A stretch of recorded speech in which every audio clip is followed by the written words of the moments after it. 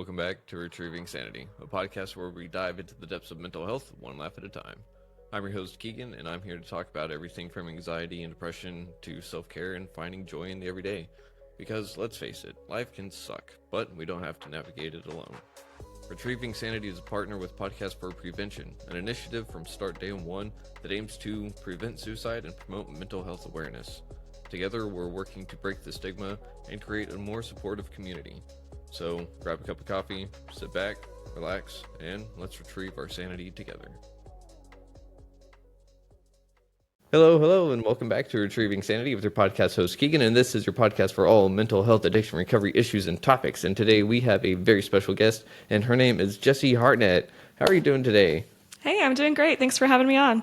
Of course. It's always a pleasure to have someone new on, and especially someone that's in recovery themselves. But why don't you tell us a little bit about yourself? Where are you from? How old are you? What kind of recovery are you in? And just, I also know that you're an author and you've got a book. So you want to tell us about that a little bit too? Sure. So All right. I think of myself first as a wife and mother. I am also a small business owner, and I live in Albuquerque, New Mexico, but I've been all around the country, hopped around, so I'm hoping to land here for a while. And I've been through a little bit of a rocky road in my life, but I think it was all worth it to get to where I'm at now. So I started smoking pretty young. I was 13, and kind of just picked it up. I had always grown up around smoking, seeing adults smoke, and kind of struggled to fit in when I was young. So I started hanging out with an older crowd, and they all smoked. So it was kind of natural for me to try it out and pick it up. And I fell in really deep. I was hooked on it within weeks. And then someone that I cared about suggested to me, they're like, oh no, smoking cigarettes is so terrible for you. Don't do that. Smoke weed instead. And I tried weed and ended up getting hooked on that too. So I smoked both for many years, all through high school, into college, and picked up drinking when I went to college as well. And just was kind of always the person that did too much, never was able to really moderate well.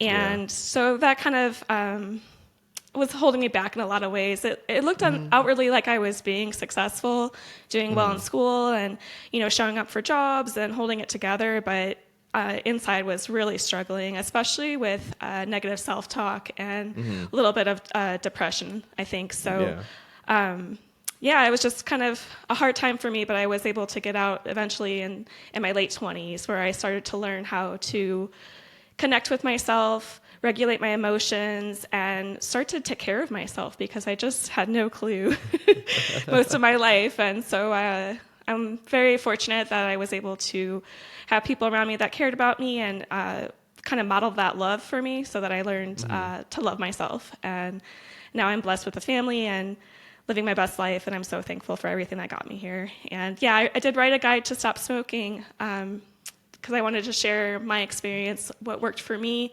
because it took me so long. I must have tried to quit 1,000 times. I smoked for 15 years and was trying to quit probably 12 of that, so just wanted to share some really radical ideas that changed the way I felt about myself and the way I saw the world, and helped me work through the internal struggles that I had going on. So that's me in a nutshell. Wow, that is quite the nutshell. And I mean, it sounds like you fell into the trap that is nicotine. It is highly addictive, and I probably fell in the same trap, to be honest. And they say alcohol or weed is the gateway drug to different things. I think it's really just curiosity of a sorts. Yeah. Because for me, that's what it was. For me, I started off like, well, I wonder what it's like. What really got you into the mindset to even try it in the first place? So I don't know if you started young. I know that a lot of smokers start pretty young, around that same age, that time when you're going through, puberty, and you're trying to figure out your new identity. You're leaving childhood, you're going into adulthood. And traditionally, this time was marked by some kind of initiation, where you go through a struggle, you kind of tear away the identity, the ego, you see what's underneath, and you come out belonging to a community. And so I can see, looking back now, that me trying smoking was me looking for initiation. Ooh, that's good. I've not heard of someone referring to that as an initiation of sorts, because it really is an initiation of sorts. It's a false one, but it seems like it, and I feel like initiation is kind of, especially at that time, we have initiations throughout our life, of course. There's different phases we go in. But that one out of childhood, it's like kind of like part of you needs to die. That child kind of needs to die so that you can become someone new. And so I think that kind of playing with death, with smoking, with drinking, with partying, kind of takes that place. And initiations, they're supposed to be uncomfortable. They're supposed to be painful. And I know everyone that tries smoking for the first time, it's awful. It's awful. And you push through it because you want to belong and you want to gain that acceptance and you want to learn something about yourself and prove something to yourself and those, that you're trying to impress and, connect with. So, it really makes a lot of sense to me why people start young. Yeah, I did start fairly young myself, and you have a really good point about the initiation. It does have to be painful. It does have to be, you have to lose something because community of sorts takes its place. Right. And it's so strange that we kind of pick that up without even being told, like, hey, we're going to do this initiation for you. It kind of have that programmed into ourselves. Yeah, we're drawn to it. Absolutely.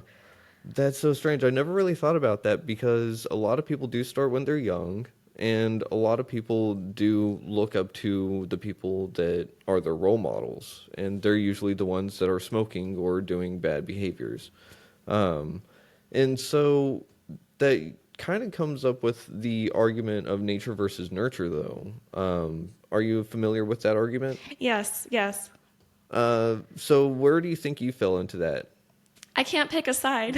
You can't pick a side? I think that it's probably more like, I think that we're born into this world with these like universal truths, these really mythic ideas where we have to be wounded. It just has to happen to every person. It's part of being human.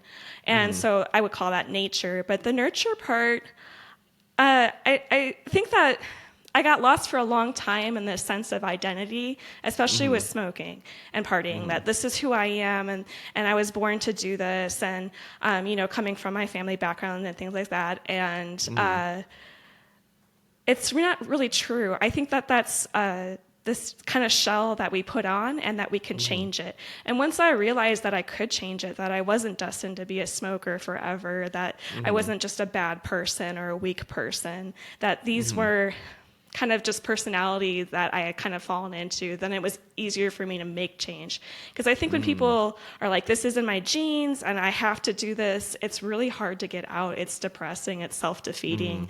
And so I like that, having that power of choice and just like, hey, these were my circumstances. I didn't choose them, but I can choose how I treat myself and what I want in life and being my authentic self and, tuning out all the stuff that is actually hurting me. So yeah, it's a little bit of both, I guess.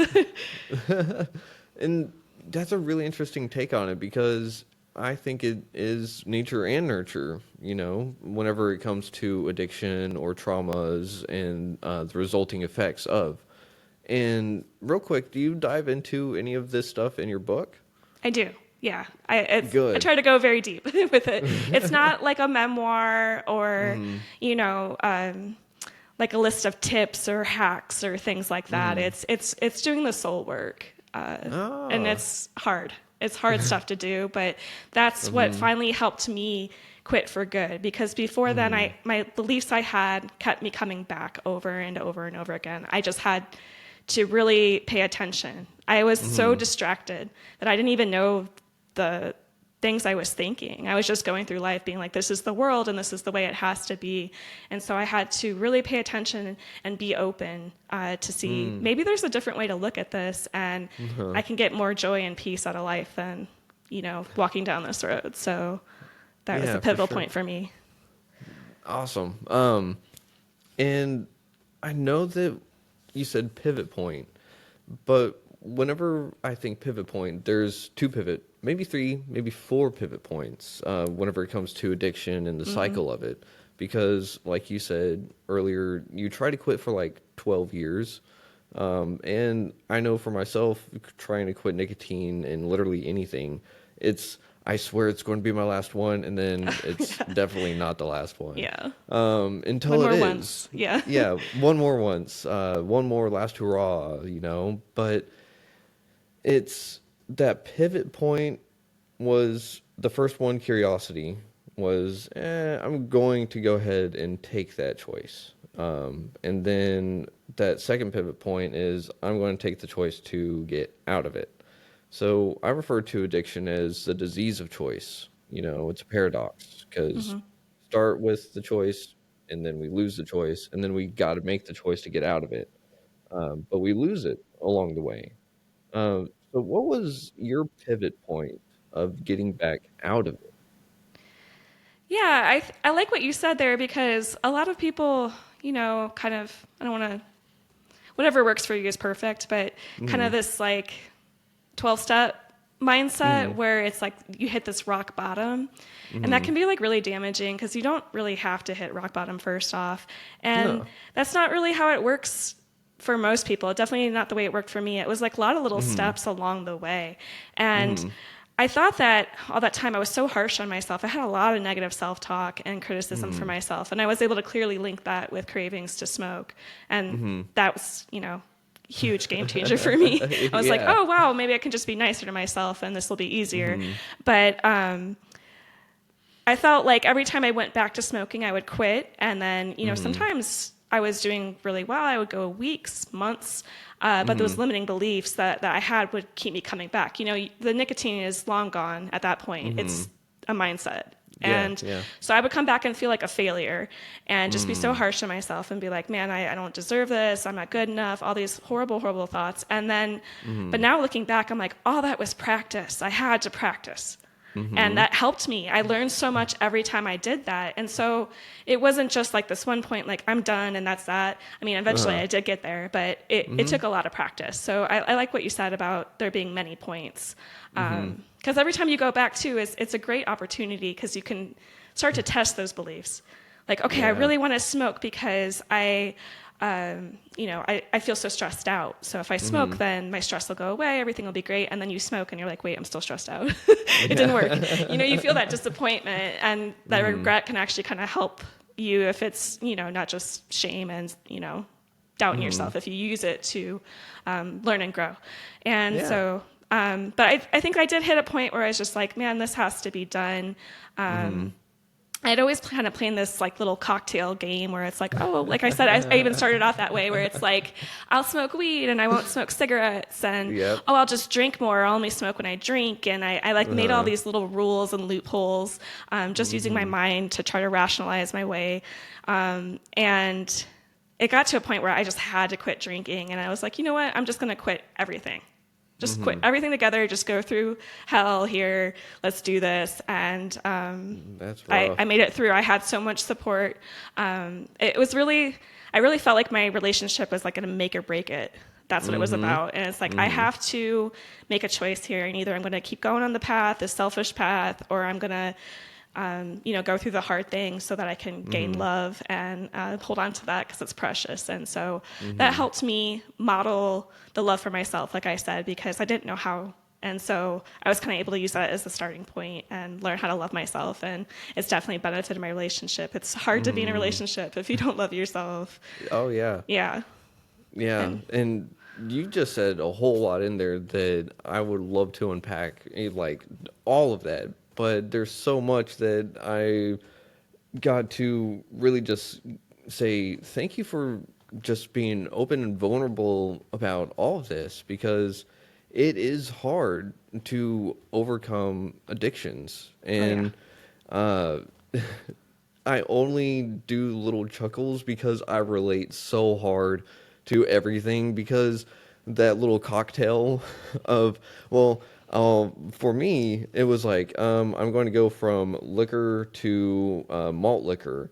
And then Mm-hmm. from that to, I'm going to drink only this after work or this after. So you name it, any kind of combination of literally anything, and I've tried it. So, one of the things I want to highlight, though, is that you were mentioning the rock bottom aspect. And I love that you didn't necessarily have to hit a rock bottom. You were able to sit there and see, hey, if I keep going down this way, Mm-hmm. nothing good is going to happen. And a lot of people see that and they can't stop themselves, but you were able to catch yourself, and you were able to catch it through self-talk, right? Yeah. And that is huge, because that is one of the things that a lot of us addicts deal with, and it's that, man, I thought about using, or I thought about drinking, I thought about smoking. That's a bad thought. I'm a bad person. Yeah. You take it That's in. not, yeah, that's not the case. It's normal to have those cravings again whenever you're trying to get off of it, you know? Um, but whenever your self-talk changed, what was the first thing that you noticed change with it? Yeah.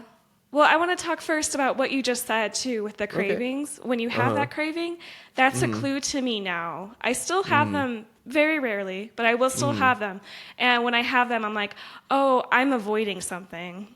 Mm-hmm. Yeah, This yeah, is an yeah, yeah. emotional need that I'm avoiding right now, Yep. and that's what I'm trying to do. So it's actually a great clue to get in touch with yourself. Like, I Mm-hmm. need something right now. I need to rest. I need to, journal. I need to say nice things to myself. I need to Mm-hmm. take a break. Whatever it is. Yep. So it's not. It doesn't make you a bad person. It's just a communication Yeah. with your Yeah. body. So and Thank then you for so pointing that out. yeah, because that really helps me now. It's instead of like going down this road where it's like, oh no, I'm a loser and I need to do this or Mm-hmm. I need to fight this. It's just like, no, what is this telling me about myself? So that's what you start. You use the thoughts as clues and try to remove judgment. And it's easier said Mm-hmm. than done, but Oh, just yeah. kind of like pull back and be like, okay, is this true?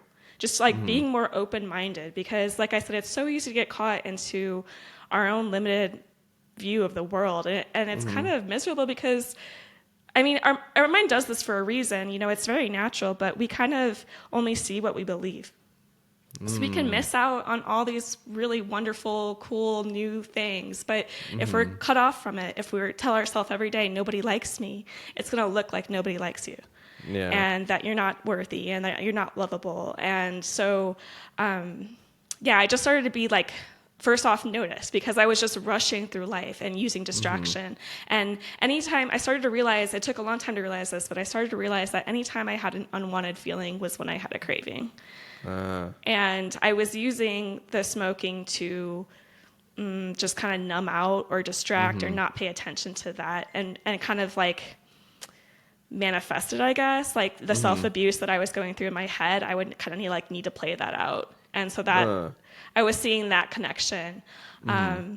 And so what really helped me once I noticed it and then I started questioning it, like maybe this isn't true, Mm-hmm. because other people don't talk to me this way and I don't talk to other people this way. So maybe this doesn't have to be a thing. And so Mm-hmm. I started using affirmations as like Ooh. critical for me. And Uh-huh. they feel weird. They feel so weird in the They do. beginning. Yeah. Uh-huh. But it really, really works if you stick with it, if you believe it, if you're just open. Like maybe I don't Mm-hmm. love myself right now, but I want to. And Yeah. you come every day with that intention. You look at yourself in the mirror and you say, I love you. And you start to Mm-hmm. open yourself to it and kind of drill it into you. Because if you think about it, like a lot of our thoughts are just programming. They're things that we Mm-hmm. beat ourselves with every day, these repetitive thoughts over and over and over again. So if Mm-hmm. you could choose which thoughts you want and you see the results show up just by believing it and trying it, and it really does work. So affirmations was like critical for me. And then I was able to kind of just redirect those thoughts when I have them. You know, like I said, I still go through these things. It's not like you're healed and you're done. So I can notice these thoughts now, and I just try to redirect them with the affirmation, or like I said, really tap into what I'm needing here. Yeah, and affirmations are one of my favorite tools because they work so well, and I can shape them to whatever I need them to be. Yeah. But Those are the most powerful ones. When you come up with it, it's hard to borrow other people's. It has to be what you need.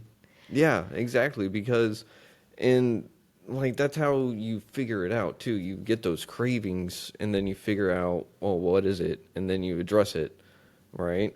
But whenever it comes to my self-talk, I know that it was really, really hard to get rid of blaming other people for outside stuff. Yeah, You know? I can relate to that.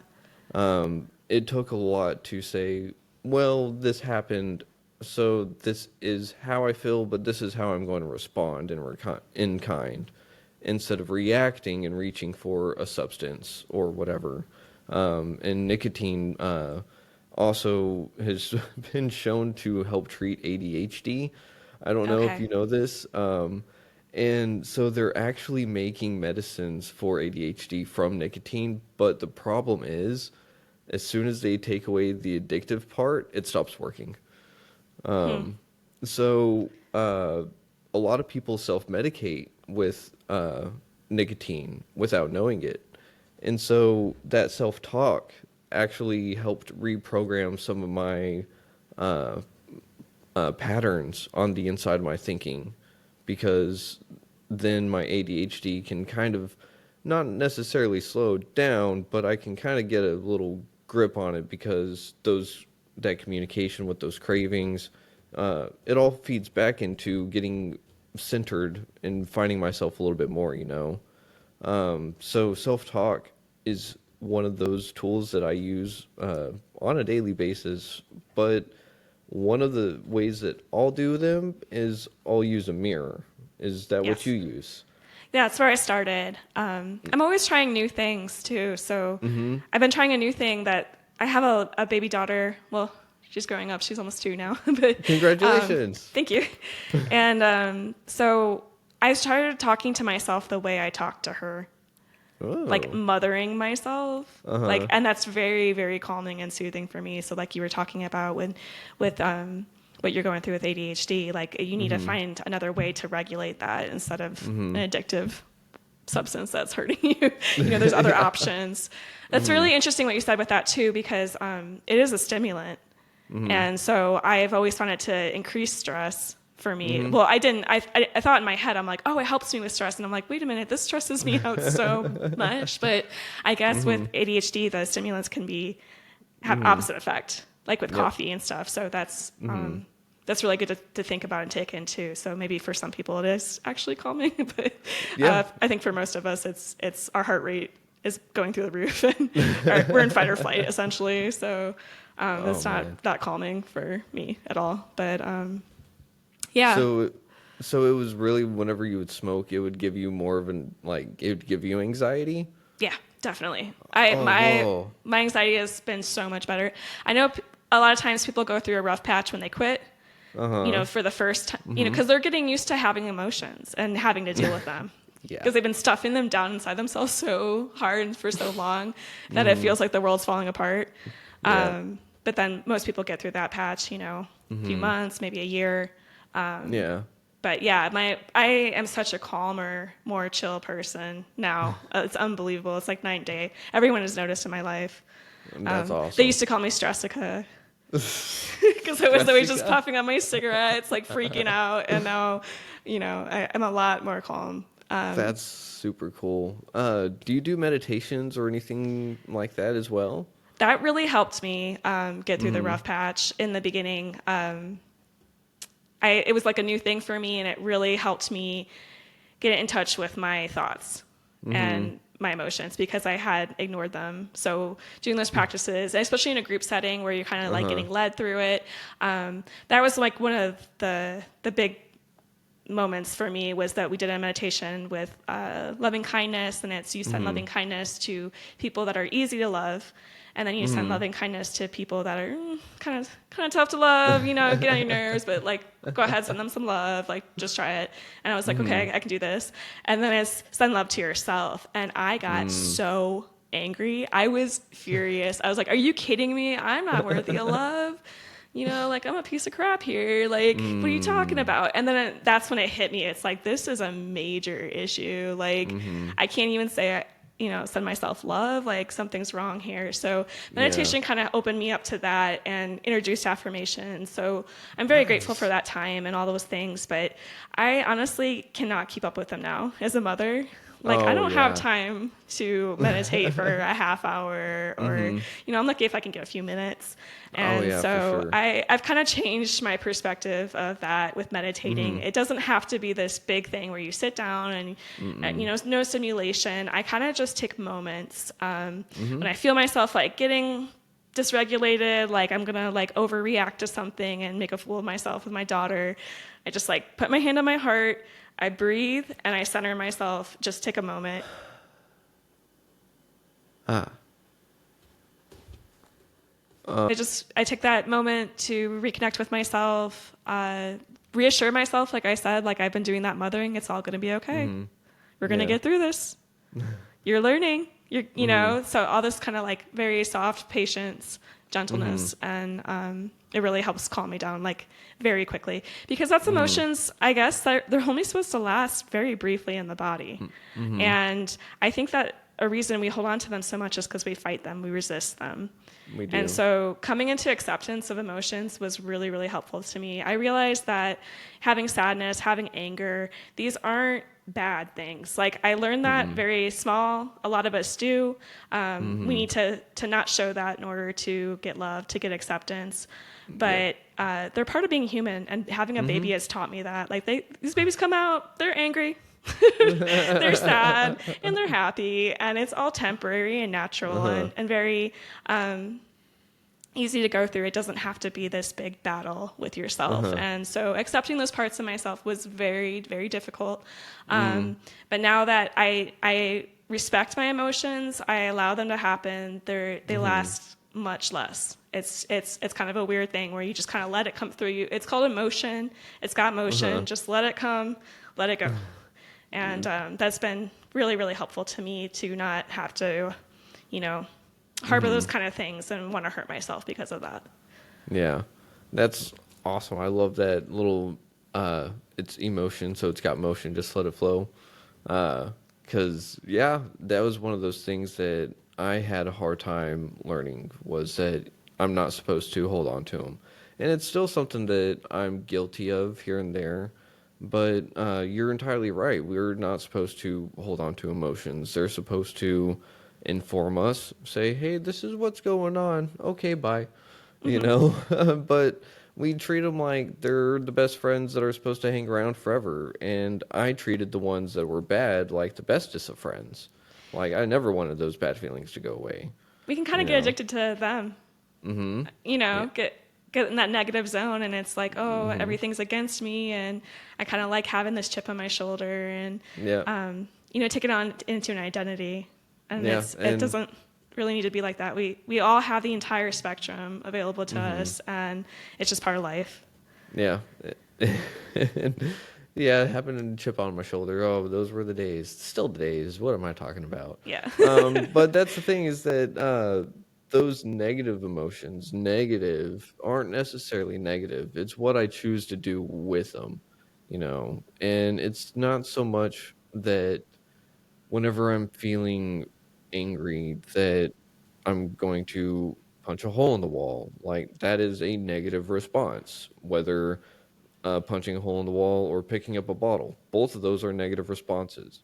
There are different ways to handle an angry response. I can sit there, I can put my hand over my heart, take a breath, and take a step back and just go, Goose Fraba, and that can sit there and calm me down. And if it doesn't, I can go do something else. But Hmm. that's the thing is that I had programmed myself into those responses.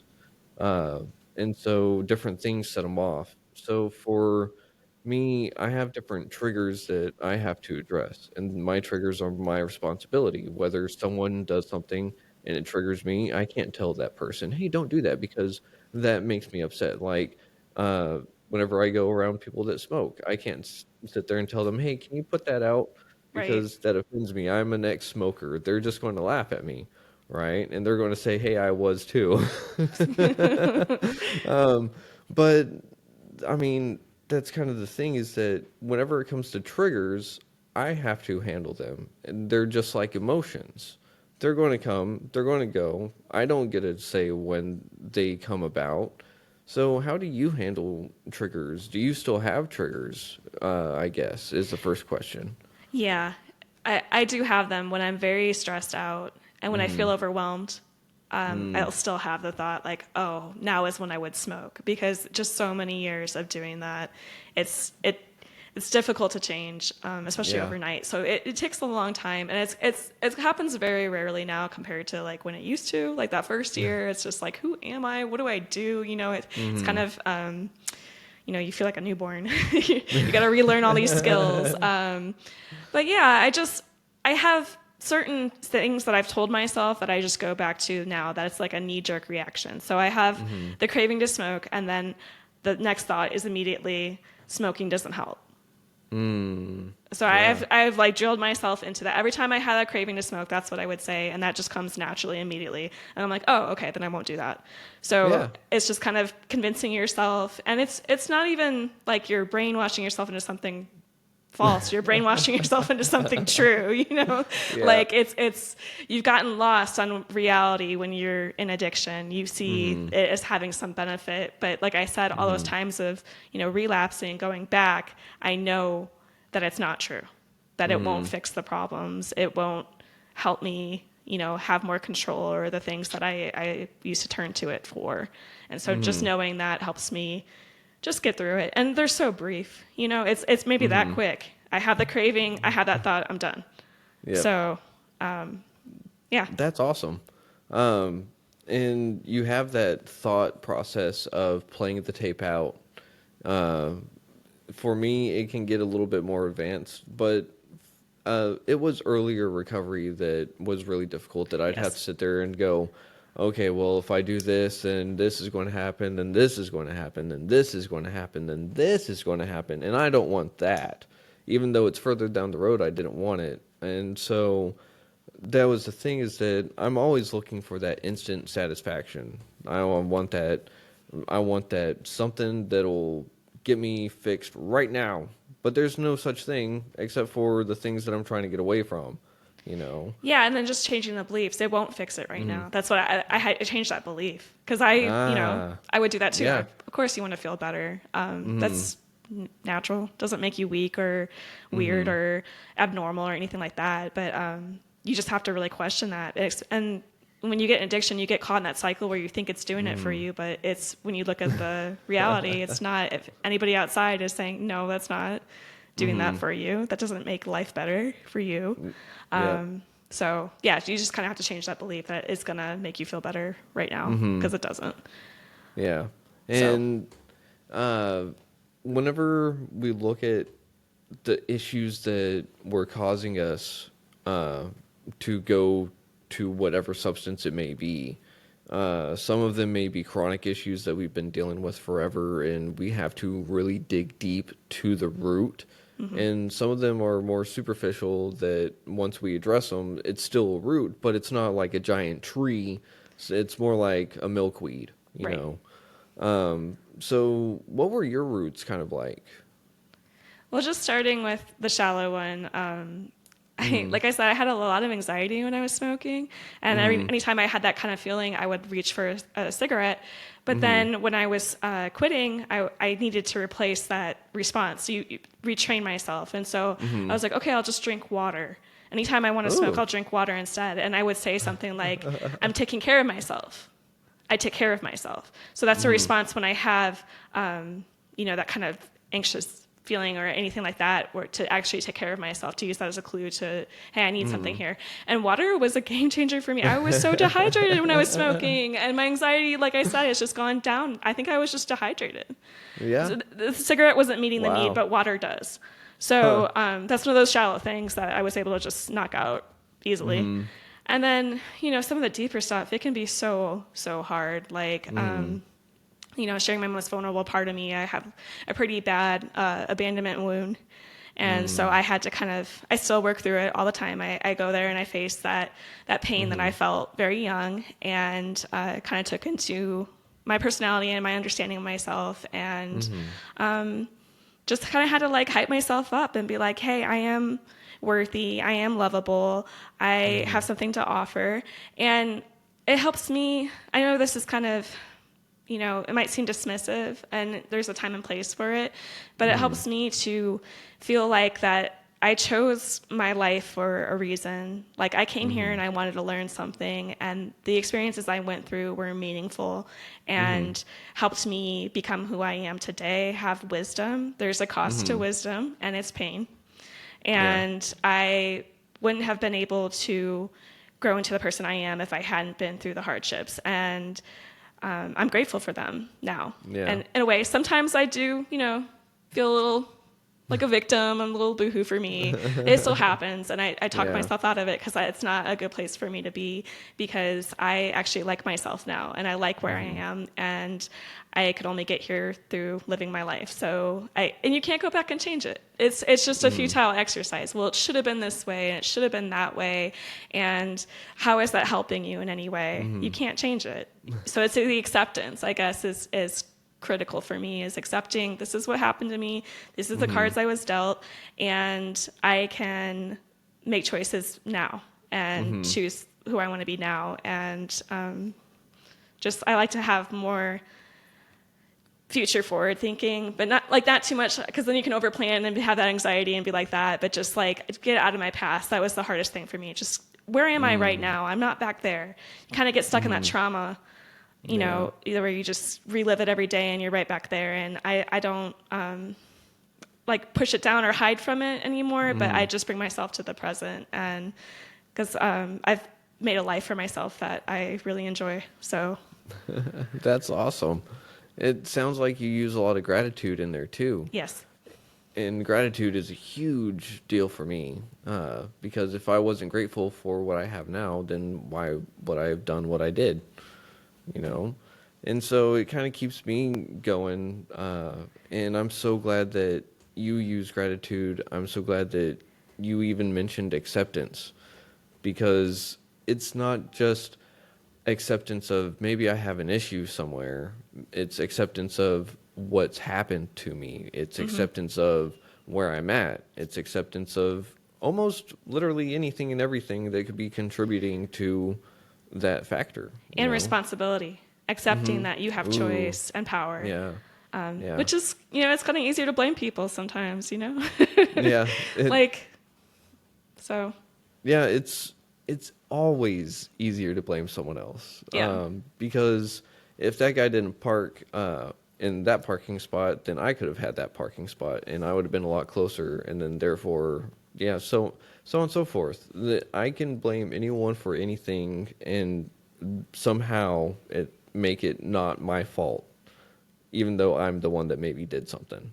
Then you don't have to fix it if it's not your fault. You can just keep doing what you're doing, and that, the addiction. And I think that gratitude is really a gift from addiction, especially when you move out of it.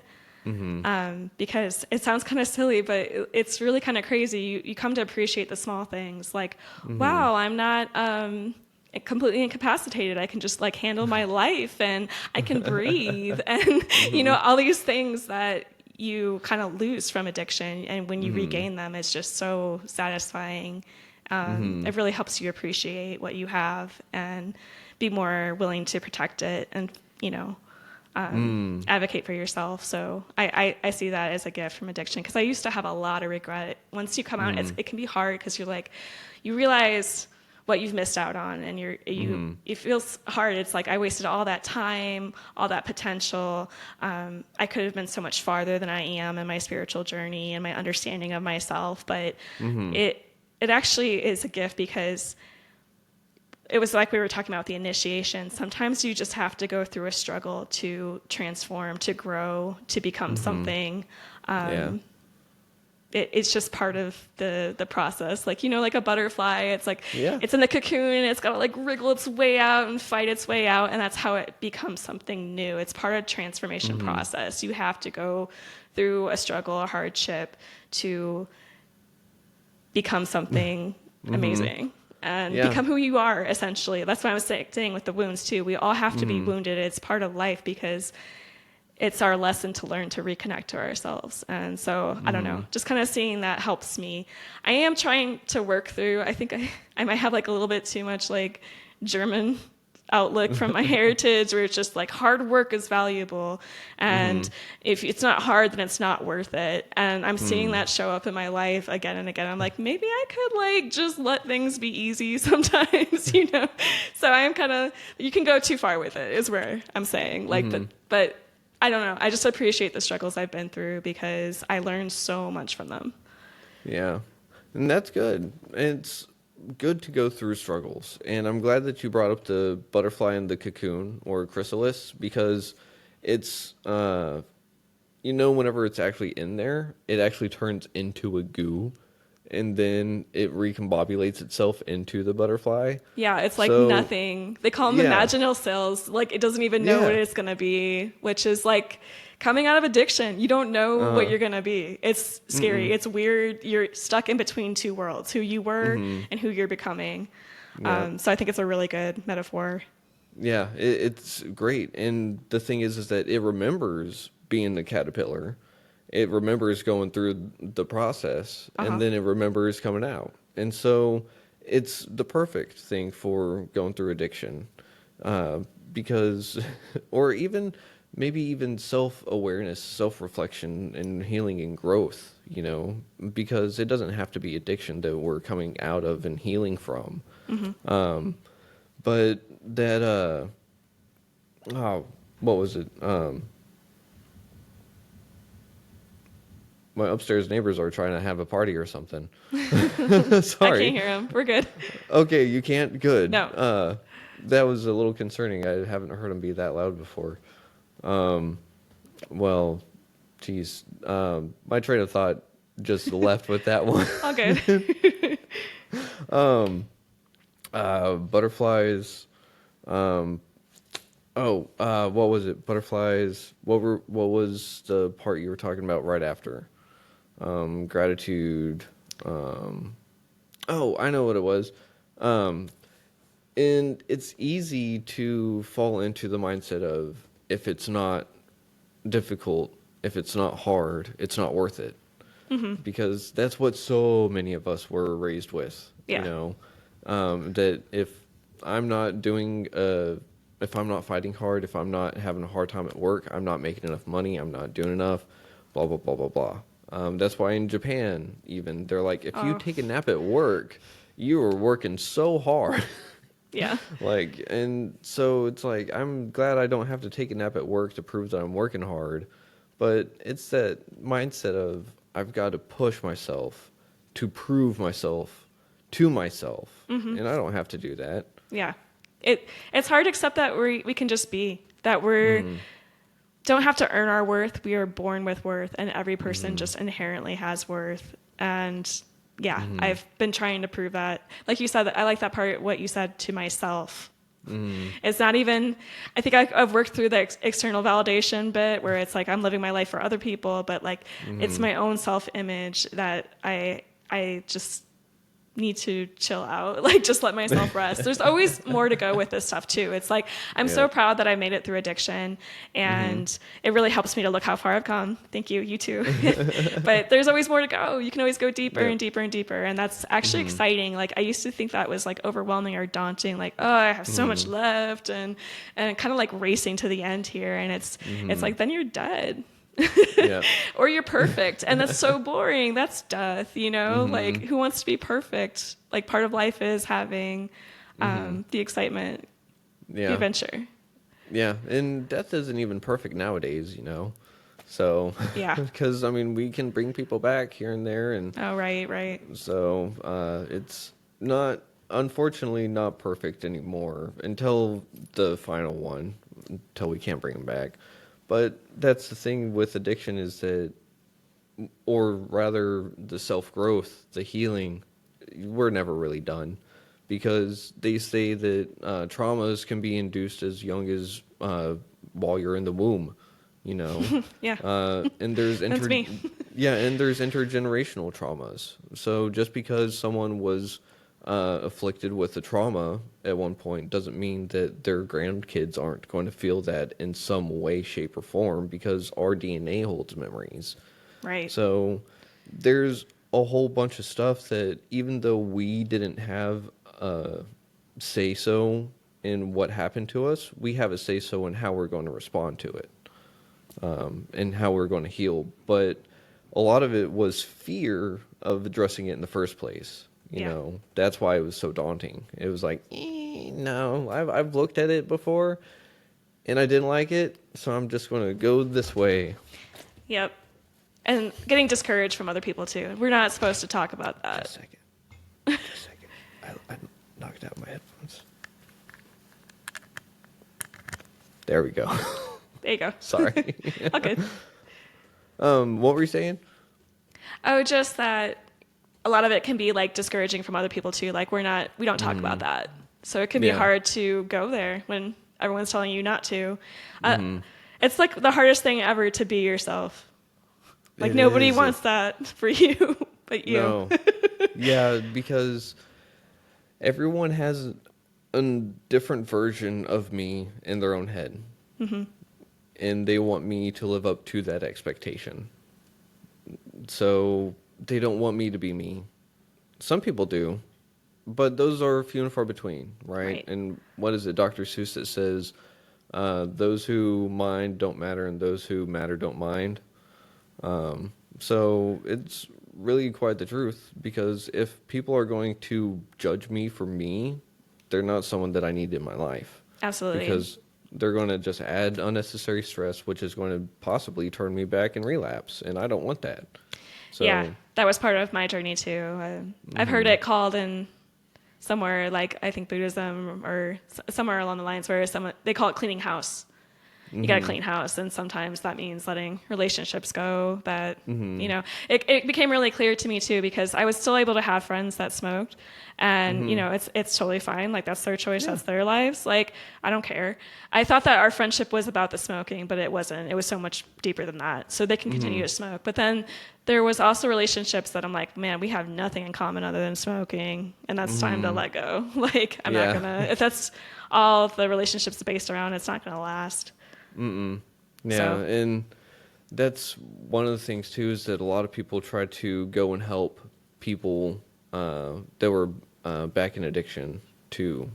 So for smokers, it's probably not as bad or bad, Right. because it's the same thing. If you hang around people that are smoking, you're maybe eventually going to smoke again, right? Like you hang out at a salon long enough, you'll eventually get your hair done. Or that's how the saying goes, but you always have the option to walk away from it. And that's how I chose to do with it, because I don't want to be around the stuff if I don't have to be. It's not because I'm afraid of it. Yeah. It's just, it doesn't serve me. Yeah, So, I just lost my desire to smoke, really. Yeah. So That's it wasn't awesome. like they were like, oh, I want that. It's just like, no, I don't want that. So Yeah. it doesn't bother me to be around them, other than I get a headache. I'm like one of those people now. I'm just like, oh, it stinks. You know? Yeah. So Man, every now and then I'll get that smell and my body will just be like, oh, yeah, I remember that. And then my body will also be like, and I remember the nasty part of it too. Yeah. And it's like, oh, No, ever since I got pregnant, like the smell just makes me oh yeah. nauseated. Like I can't do it anymore. So it's a blessing. Yeah. Yeah. Well, that is awesome that you lost the craving for it, or the desire rather, because the desire is enough to keep people going back. Yeah. Real quick, we are nearing the end of this episode, Right. but I do like to ask everyone that comes on the show, one episode is not enough to dive into a story or dive into a book and whatnot. So, could we possibly see you in the future on the show? Yeah, I'd love to come back. Thank you for Sweet. having me. It was a great conversation. Of course. Yeah, it was super great. And I mean, we still got about 7 minutes left. So, I know that you have your book, Honor Your Heart. Do you want to talk about that a little bit more, or do you have Yeah. anything that you would like to leave the guests with today? Yeah.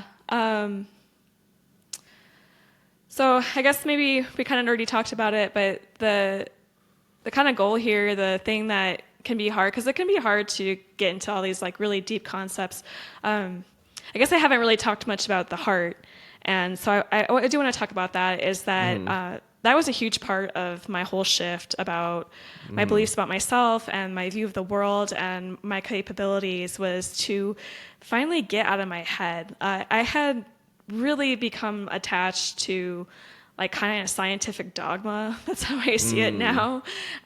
Is that like, if you can't see it, it's not real. If you can't measure it, it doesn't matter. And that we are all here randomly and accidentally, and we have no connection to anyone. It's all just survival of the fittest competition. And Yeah. that was holding me back and depressing me so much. Like I was just struggling to have any purpose or meaning in life, to get out of bed. I felt like nothing mattered, and so I could just destroy myself because it was insignificant. And I finally was able to get out of that when I realized that there's this whole other part of me, and it's in my heart. So the brain it's a tool for us to use. It's not who we are. We put on this personality. We learn these ways to fit in, to survive, to get by. But those are all conditioning and training. But there's part of us that comes into the world and just is us. It's uniquely us. It's the soul. It's in our heart. It's this amazing ability to connect to others, to connect to God, to connect to nature, and just it knows exactly what is good for us and what is bad for us, and it's called intuition. And I had been ignoring that intuition for so long. I didn't even know how to get back to it, and so it took a lot of practice. I just had to ask myself, like, how does this feel? So the brain is thinking, but the heart is feeling. And that helped me so much, because there's so much information out there nowadays on the internet. It's like complete overload. Everyone's got an opinion, and it's hard to know what to do if you're just following what people tell you. But the heart, you know exactly what you need. You know exactly what you need to do, and it's like a feeling. It's like a lightness or a heaviness, and you know which direction to go because it just feels right, or it just feels like something's off here, and I don't want to do this. And so I was able to really see that, like, cigarettes, this is off. I'm getting so many messages from my body. This is making me feel terrible about myself. The embarrassment, the shame, the lack of confidence I'm going through every day with this. And like I said, with that little silly water story, that came from my intuition. I was like, maybe I should drink some water. Like, nobody told me that. I didn't know that would be so helpful for my anxiety. But when you start to listen to that inner knowing, it's just going to boost your confidence through the roof. And you actually can learn how to take care of yourself instead of just trying to not need anything, not want to deal with anything. And so that heart just opened me up to so much. I was able to forgive myself, to have compassion for myself, to love myself, to have love, genuine love. And so that's what I write about in my book too, is how to reconnect with your heart. Because, like I said, it's a loud, busy, noisy world, and it's hard to be quiet and sit with ourselves. I realized I was avoiding myself by partying. And it's sad. It's a rough way to live life. Yeah. So I wrote my book, Honor Your Heart, and you can find it on my website, honoryourheart.net. And it's a guide for you to tap into those underlying beliefs, the commitments you've made that you might not even be aware of that are holding you back from making change. And I just hope it can be helpful for you, because I didn't get introduced into these ideas and concepts until very late in life. And just wanted to share. I kind of wrote it for like, me 10 years ago. Like, what have I learned since then that I, could help someone that's going through the things that I went through. So That's awesome. Well, Honor Your Heart, and you said .net, correct? Yes. Okay, honoryourheart.net and Honor Your Heart, the book. Can they find it on Amazon, Barnes & Nobles, stuff like that? You can find it on Amazon, but I prefer you go to my website. Website. Yes, Gotcha. that's where you want to buy it. Okay, so honoryourheart.net, y'all heard it here first. And don't forget, everyone, to support, to show some love. Do you have any other websites or anything else that you'd like to plug in while you're at it? I've recently started a membership. That's pretty exciting. I feel like a lot of people, they're looking for more than just a book. They want to have connection and support. So I'm also offering a membership where you'll be part of a community. You'll have email access to me. If you're more of a private person, you can just send me messages, and I'll be there to help you work through what you're going through. Just, we'll unravel it. Like I said, it's really hard to see outside of yourself. So sometimes it helps to talk to somebody, and they can be like, hey, have you thought about this? And, it can blow your mind. No, I didn't at all. So it can be helpful to be a part of a community. Yep. That is awesome. Thank you for doing that, because a lot of people need community and a lot of people don't know where to look. So thank you for creating space for people. And I mean, I just wish nothing but the best for you in the meantime, in between this episode and next. Same. Thank you so much. Of course. But before you go, I do have one other question for you. Do you know the number that someone can call if they are either having a bad breakup, they are having suicidal ideations, they just got laid off from a job, or they just are having a bad mental health day? Do you know that number? I do not. It is 988. Thank you. Learn something. Yep. I'm willing to learn. Yeah. Yep. That sounds like a great resource. I know that there are helplines, but that's an easy one. 988. Yep, 988. And it's literally any kind of crisis, there's someone willing to answer the phone for you. So, not you necessarily. I'm talking to the audience, to whoever is needing it at the moment. Don't be afraid to call. No shame in it. And it's free, so no worries there. But with that, Jessi, I appreciate you very much, and I can't wait to have you back on. And to everyone else out there, I love y'all very much. Y'all have a great day. And thank you for listening on WDJY 99.1 FM. This has been Keegan with Retrieving Sanity. Y'all have a good day. Shalom. And stop.